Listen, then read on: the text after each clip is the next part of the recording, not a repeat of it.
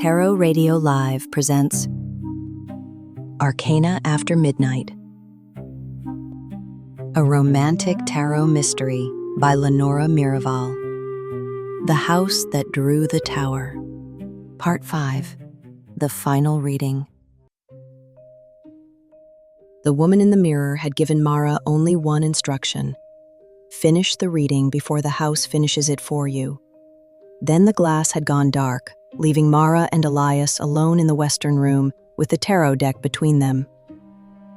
The room was smaller than Mara remembered from childhood. A round table stood beneath the tower window.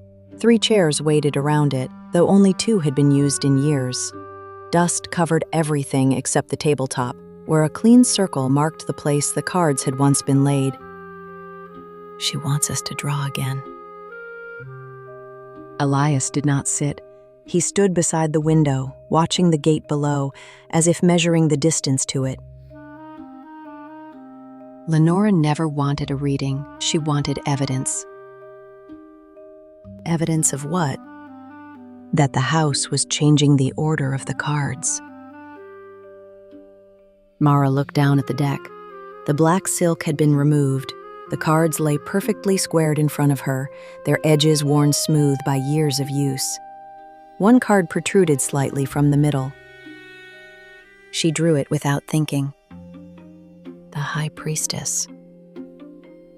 Elias finally turned from the window. That was Lenora's card. She drew it whenever the house was withholding something, or whenever she wanted to believe it was. Lenora trusted patterns, not belief. She recorded every reading for 28 years.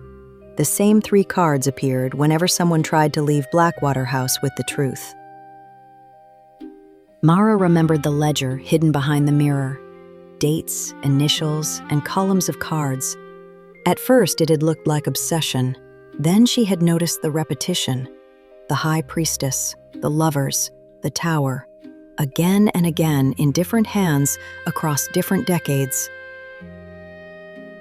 A secret, a choice, a collapse, or a warning, a bond, and a door. Mara studied him. You keep changing what the cards mean. Because the house changes what happened. A soft click sounded behind them. The door to the western room had closed. Neither of them had touched it. Mara reached for the handle. It would not turn. Mrs. Bell? No answer came from the corridor. Instead, the telephone began ringing somewhere below.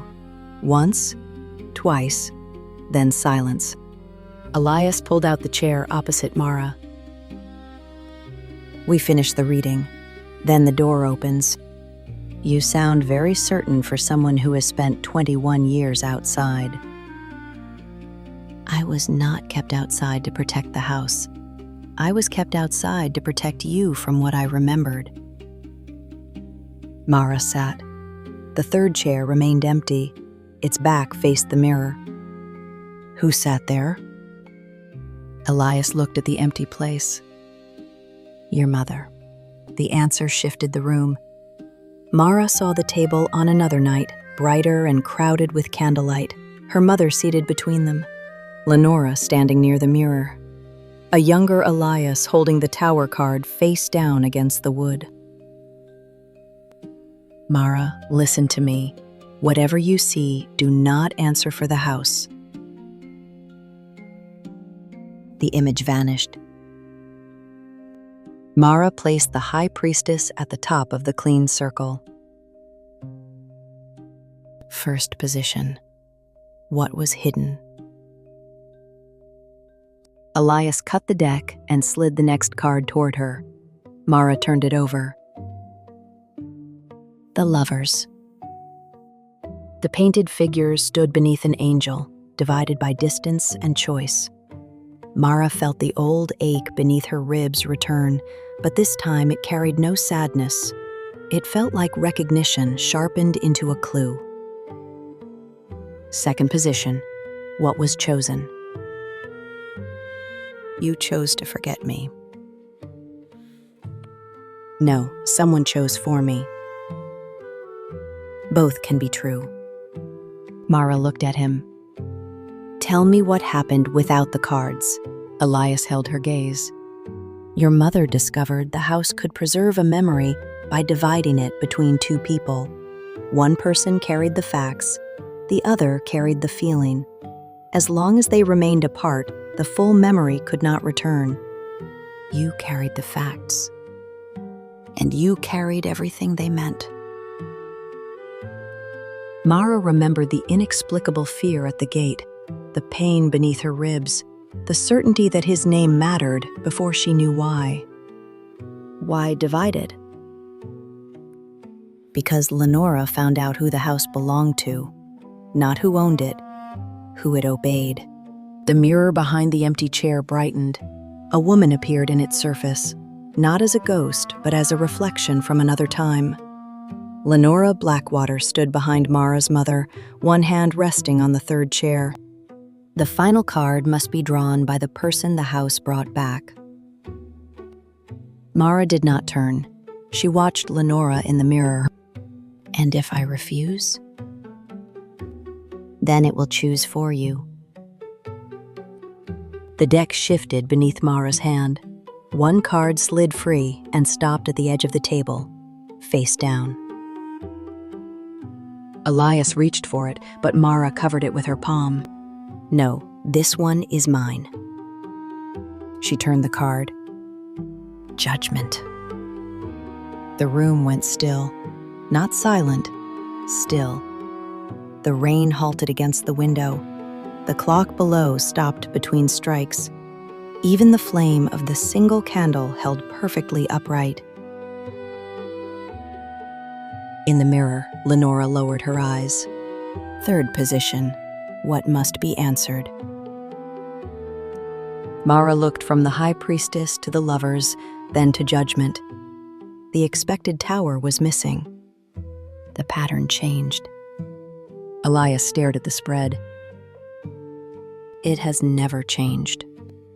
A crack appeared in the mirror, running from Lenora's reflected hand to the edge of the glass. Behind the crack was not the wall, it was the front gate, standing open beneath a clear night sky. Mrs. Bell's voice came through the locked door. Mara, do not answer the card. Why? Because the house is not asking whether you remember. It is asking who you will believe. Mara looked at Elias. His face had gone pale.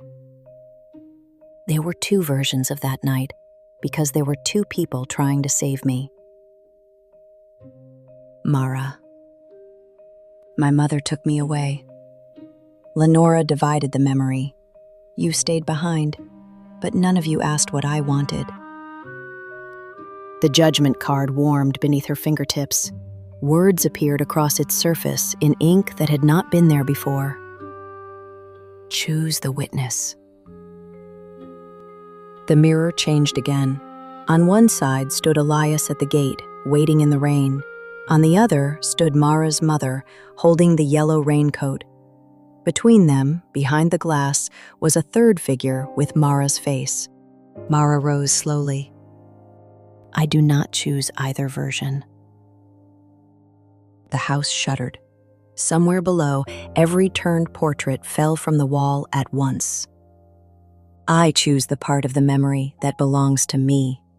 The locked door opened. A rush of cold air moved through the room, carrying the smell of wet grass and summer lanterns. The three cards lifted from the table and turned toward the mirror. The high priestess cracked down the center. The lover's card split between the two figures.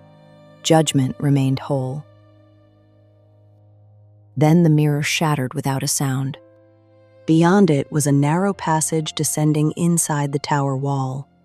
At its end, far below, the front gate stood open. Elias moved beside Mara. That passage was never there. It was. From the darkness below came the sound of a woman unlocking a door. Mara picked up the judgment card and stepped into the passage.